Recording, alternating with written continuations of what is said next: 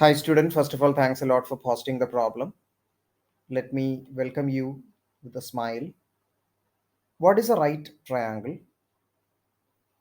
In other words, a right angled triangle. Basically, it will have an angle that measures 90 degree. But how can we differentiate it using the sides? So suppose one side is A and one side is B and the longer side is C.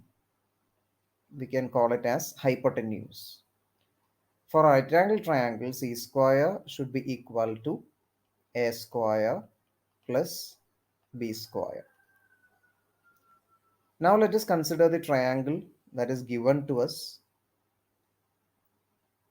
So it has a side 10